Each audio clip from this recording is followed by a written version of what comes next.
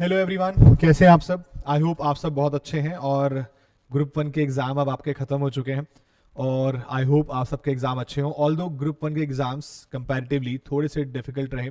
Accounts का paper मुश्किल तो नहीं, लेंदी बहुत था। फिर लॉ अच्छा आया और अभी ये आपका जो कॉस्ट का पेपर हुआ वो भी मिक्स रिस्पांस में था, अच्छा भी हुआ, थोड़ा मुश्किल भी रहा। टेक्स्ट के रिगार्डिंग अभी मुझे पता नहीं है बच्चों का रिस्पांस क्या है, लेकिन मैं अब आपको ग्रुप टू के लिए अपनी तरफ से स्ट्रैटेजी देने आया हूं कि 1.5 डेज में आप अपना एडवांस अकाउंट्स का पेपर कैसे करें। अगर आप चाहते हैं कि आपके ग्रुप टू को पूरा निकाल सकता है तो एक पहला पेपर है ये एडवांस अकाउंट्स वाला, जो बहुत अच्छे से आपकी हेल्प कर सकता है। और पहले भी पिछले अटेम्प्ट्स के अंदर भी बहुत बच्चों के बहुत अच्छे मार्क्स आए हैं।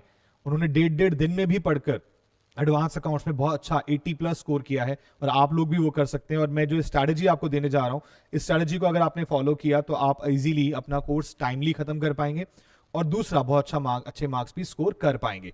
सो बच्चों, आपके लिए ध्यान से प्लीज एक बार देखिएगा। ये जो एडवांस अकाउंट्स का आपका 1.5 डे का प्लान है मई 23 एग्जाम के लिए, 10 मई यानी कि आज का दिन जो आज है आपके लिए 7 बजे से लेकर 1 बजे तक का टाइम, यानी कि आज 7 बजे मैं मानता हूं कि आप पढ़ने बैठ चुके होंगे और 7 से लेकर करीबन 6 घंटे आपको आज निकालने में मानता हूं बहुत मुश्किल होगा, लेकिन निकालना पड़ेगा। और इस दिन में आज कम से कम 30 से 40 मार्क्स का पेपर आप कंप्लीट कर पाएंगे। कैसे करेंगे? आप ईसॉप करने वाले हैं जो कि एग्जाम में कम से कम 5 मार्क्स का आता है और जनरली ऐसा कोई अटेम्प्ट नहीं रहा जहां पर ईसॉप आया ना हो। तो मैंने जो पहले टॉपिक आपके सामने रखे ना, ये वो टॉपिक हैं जो कि श्योर शॉट आपको एडवांस अकाउंट से पास कराने वाले हैं। क्या पता आपका करीबन 40 मार्क्स का कोर्स इसी में से कवर हो जाए। तो पहले 1 घंटे में ईसॉप खत्म रीड करना है, सारे क्वेश्चन नहीं करने हैं। टॉपिक पढ़ना है, उसका 1-2 क्वेश्चन, टॉपिक पढ़ना उसका 1-2 क्वेश्चन बस, क्योंकि क्वेश्चन काफी हद तक रिपीटेड होते हैं। हाँ, पिछले पास एग्जाम के क्वेश्चन जरूर देखने हैं और जो लेटेस्ट आरटीपी है उसको जरूर देखना है। उसके अलावा बायबैक करना है, फिर 1 घंटे में कंप्लीट हो जाएगा बायबैक। बायबैक के 2 से 3 क्वेश्चन हाथ से कर लिए। बैलेंस शीट जरूर बना लेना ताकि आपको प्रैक्टिस हो जाए। बैलेंस शीट का मतलब प्रॉपर हेड बनाने मत बैठिएगा, आपने सिर्फ ये ध्यान रखना है कि शेयर कैपिटल में क्या आएगा, रिजर्व एंड सरप्लस में क्या आएगा, बैंक का बैलेंस क्या बचेगा, ये सब आपको पता होना चाहिए। 10 मार्क्स तक उम्मीद कर सकते हैं। एक और टॉपिक है आपका equity share with differential rights. पिछले 5-6 अटेम्प्ट से लगातार एग्जाम में आ रहा है, प्रैक्टिकल भी आ रहा है, थ्योरी भी आ रही है, दोनों के दोनों भी एक साथ आ सकते हैं 5 मार्क्स के लिए। और उसके अलावा बैंकिंग कंपनी 2 घंटे लगाइए, 10 मार्क्स का है क्योंकि बड़ा चैप्टर है। बुक के अंदर भी 80 क्वेश्चन है, लेकिन 80 सारे नहीं करने हैं। इंपॉर्टेंट क्वेश्चन लिस्ट में से कुछ कुछ क्वेश्चंस को आप कंप्लीट जरूर हाथ से करें, कुछ कुछ टॉपिक्स पे जरूर हाथ डालें। मैंने ऑलरेडी आपको इंपॉर्टेंट टॉपिक लिस्ट दे रखी है, इंपॉर्टेंट टॉपिक लिस्ट को आपने पूरा फोकस करना है। मैं आपको इंपॉर्टेंट टॉपिक लिस्ट जो है एक बार वो दिखा देता हूं। हमने ये देखिएगा आपके पास जो इंपॉर्टेंट टॉपिक लिस्ट है, देखो मैंने फर्स्ट चैप्टर जो हमारे पास है ईसॉप बायबैक इक्विटी शेयर, जो ये ब्लू वाला पोर्शन आप देख रहे हैं ना, ईसॉप बायबैक और इक्विटी शेयर पे ब्लू पोर्शन है, इसका मतलब इंपॉर्टेंट है, एग्जाम में आता है। बैंकिंग कंपनी के लिए देखो ध्यान से क्या क्या लिखा हुआ है। Capital adequacy ratio, rebate on bill discounted, provision for doubtful debts, ये तीनों ब्लू पार्ट में है, यानी कि इनके चांसेस ज्यादा हैं। येलो पार्ट जो है एग्जाम में थोड़ा सा कम इंपॉर्टेंट है, मतलब कि आने के चांसेस थोड़े से कम हो जाते हैं। ऑल्दो आने को कुछ भी आ जाए, कुछ बड़ी बात नहीं है, आईसीआई के ऊपर आप विश्वास नहीं कर सकते इस चीज को लेकर, लेकिन एग्जाम के पॉइंट से मैं मानता हूं कि ये 3 टॉपिक कैपिटल एडिक्वेसी रेशियो आने के जहां चांसेस रहेंगे, रिबेट ऑन बिल डिस्काउंटेड भी आ सकता है एग्जाम के अंदर। सो बच्चों, इन ब्लू वाले टॉपिक्स को प्रायोरिटी दें, इनके क्वेश्चन को जरूर 1-2 क्वेश्चन को हाथ से जरूर करें। हाथ से नहीं कर पा रहे हैं तो ओरली करें, हाथ मतलब ऑडिट की फॉर्म में करें, लेकिन करें जरूर। इसी बेसिस पर आपके सामने ये शेड्यूल बनाया गया है। उसके बाद जब बैंकिंग कंपनी हो जाए तो उससे मिलता जुलता एक और चैप्टर है, कौन सा, एनबीएफसी, 1 घंटे में खत्म हो जाएगा, रात का 1 बज चुका होगा करीबन, और आपने ये 30 to 40 मार्क्स खत्म करके सोना है आज। उसके बाद जब कल का दिन आएगा 11 तारीख का, 11 मई को आपको सुबह 8 बजे उठना है। 6 घंटे की नींद कम से कम लीजिए, क्योंकि आज का दिन बहुत हेक्टिक होने वाला है और आपको नींद कम मिलने वाली है। तो यहां पर 8 से 10 बजे तक 2 घंटे में इंटरनल रिकंस्ट्रक्शन बहुत प्यार से खत्म हो जाएगा। ऑल्दो पिछले अटेम्प्ट में जो कि आपका नवंबर 22 का अटेम्प्ट रहा था, वहां पर इंटरनल रिकंस्ट्रक्शन आया था, लेकिन मैं उम्मीद करता हूं कि क्या पता दोबारा से आईसीआई सरप्राइज ना कर दे, इंटरनल रिको और अमलगमेशन दोनों ना दे दे। चांसेस तो अमलगमेशन के ज्यादा हैं, लेकिन फिर भी हमें अपने आप को फुल्ली प्रिपेयर होकर जाना होगा। तो इंटरनल रिको 10 मार्क्स का क्वेश्चन, 2 घंटे काफी रहेंगे। उसके बाद आप उठाएं 10:15 से लेकर 12 बजे तक अपना 1 घंटा 45 मिनट में लिक्विडेशन ऑफ कंपनीज, जिसमें स्टेटमेंट ऑफ अफेयर्स का एक क्वेश्चन काफी रहेगा। एलएफएस के जो है कम से कम 4 से 5 क्वेश्चन जरूर करें, और बी लिस्ट कॉन्ट्रीब्यूटरीज और आईसीआई स्टडी मैट से एक क्वेश्चन आता है आपका जो है आपका ओवरराइडिंग प्रेफरेंशियल पेमेंट्स का, जो कि एग्जाम में 2-3 बार से काफी बार आ चुका है। प्लीज उस पर भी जरूर ध्यान देखिए जाए, मैंने क्लास में कराया हुआ है, उस एग्जाम्पल को भी कर जाएंगे, आईसीआई स्टडी मैट के एग्जाम्पल को कर जाएंगे, काफी रहेगा। उसके बाद 3 घंटे दिए हैं मैंने अमलगमेशन के लिए, जो कि 12:30 से लेकर 3:30 तक का टाइम है। बीच में मैंने ब्रेक रखा है, किसी में 15 मिनट का, किसी में आधे घंटे का। बिल्कुल लगातार पढ़ते रहोगे तो सर दर्द होना शुरू हो जाएगा, थोड़ा गैप भी चाहिए आपको, बीच में थोड़ा सा रेस्ट जरूर कीजिए। तो 12:30 से 3:30, 3 घंटे अमलगमेशन, 10 से 15 मार्क्स एग्जाम के लिए मोस्ट इंपॉर्टेंट टॉपिक हो सकता है इस बार का। उसके अलावा फिर 4 से 7, आधे घंटे का गैप लेकर 4 से 7 में अपने पास कंसोलिडेशन कीजिए। कंसोलिडेशन के अंदर मैं अगर आपको दिखाऊं इंपॉर्टेंट क्या हो सकता है, तो ये लीजिए। कंसोलिडेशन के अंदर देखो, balance sheet, profit and loss और छोटे क्वेश्चन, मैंने तीनों पे ब्लू रखा हुआ है क्योंकि कुछ भी आ सकता है एग्जाम के लिए। बहुत इंपॉर्टेंट टॉपिक है।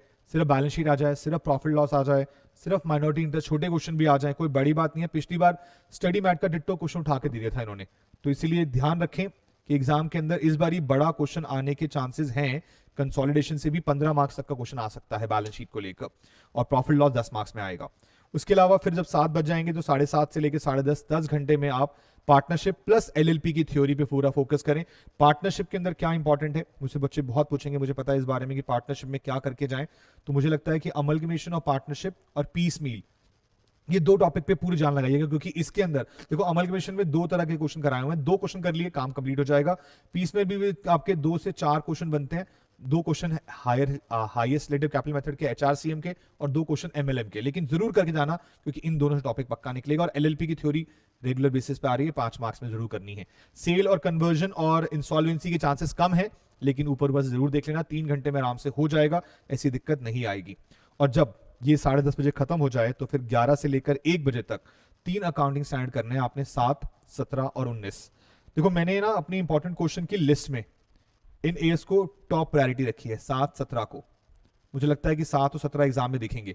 19 को भी डाला है मैंने, क्योंकि 19 भी एक बड़ा एएस है, उस दिन ही खत्म हो जाएगा, बेस्ट रहेगा। सुबह सुबह करने बैठोगे शायद थोड़ी दिक्कत हो। अगर आपको लगता है जिस तरह में 19 नहीं करना है तो 26 कर लीजिएगा, 26 भी आने के चांसेस हैं। 3 आसान छोटे एएस जल्दी खत्म हो जाएंगे।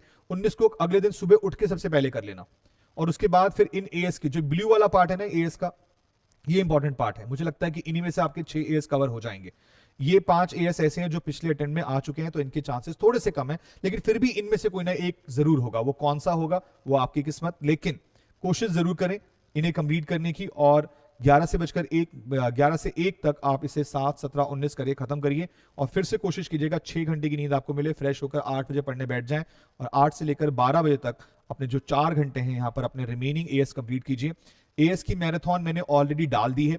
एएस की मैराथन को लेकर ऐसी कोई दिक्कत नहीं आएगी, सारे एएस का रिवीजन है वहां पर। और ये जो आपका क्या नाम है 11 मई का टाइम होगा, इस वक्त पर अगर आप लोग कहेंगे कि डाउट की जरूरत है तो मैं डाउट के लिए लाइव जरूर आ जाऊंगा, क्योंकि मुझे लगता है कि प्रैक्टिकल चैप्टर के अंदर 1.5 दिन में मेरे आके क्वेश्चन कराने से कोई यूज नहीं होने वाला। आप जितना मेरे साथ आप लाइव बैठेंगे उतना टाइम वेस्ट होगा। हाँ, मैं लाइव आकर आपके डाउट्स के रिगार्डिंग जरूर बात कर सकता हूं, ताकि आपके डाउट सॉल्व हो जाएं। ऑल्दो मैं उस दिन आपके पास रात भर अवेलेबल रहूंगा, टेंशन मत लीजिएगा। मैं आपके पास डाउट्स के लिए इस नंबर पर अवेलेबल हूं, और आप मुझे कल शाम से लेकर, मतलब कि आपके टेक्स्ट के पेपर के बाद से लेकर अपने एग्जाम के डेज तक जाने से पहले तक आप मुझे डाउट के लिए रेगुलर बेसिस पर इस पर मैसेज कर सकते हैं। इवन कॉल करना चाहते हैं तो कॉल भी कर सकते हैं, नो डाउट आपको अवेलेबिलिटी मिलेगी हमेशा। तो प्लीज प्लीज प्लीज जितना हो सके शेड्यूल को फॉलो करना है, सारे क्वेश्चंस के पीछे नहीं भागना है। इंपॉर्टेंट टॉपिक की लिस्ट दी है, इंपॉर्टेंट क्वेश्चन की लिस्ट दी है, और इंपॉर्टेंट एएस की लिस्ट भी दे रखी है, उनको फॉलो कीजिए। आपका पेपर बहुत अच्छा निकल जाएगा। पिछली बार का एडवांस अकाउंट्स का पेपर बहुत ही निहायती आसान आया था, बहुत आसान आया था। इस बार लेंदी हो सकता है, टचवुड, लेकिन हाँ ग्रुप 1 का अकाउंट्स का लेंदी आ गया तो शायद ग्रुप 2 इजी हो जाए। लेकिन इस सोच से मत जाइएगा कि आसान होगा, मुश्किल होगा। आप ये सोच के जाइए कि आप अपना पूरा कोर्स कर रहे हैं और पूरे कोर्स के लिए आप प्रिपेयर्ड हैं। अगर आपने इसको पूरा फॉलो किया तो आपके पक्का अच्छे मार्क्स आएंगे, और ये ग्रुप 2 को निकालने में, पूरा निकालने में हेल्प भी करेगा। सो बच्चों, ऑल द वेरी बेस्ट। जाइए, लग जाइए, 7 बजे से लेकर अपना काम शुरू कर दीजिए, और बस कुछ दिन की और बात है, ये आपकी मेहनत बहुत काम आएगी और आप लोगों का रिजल्ट बहुत अच्छा भी आएगा। All the very best. जय माता दी। Thank you so much. Bye bye.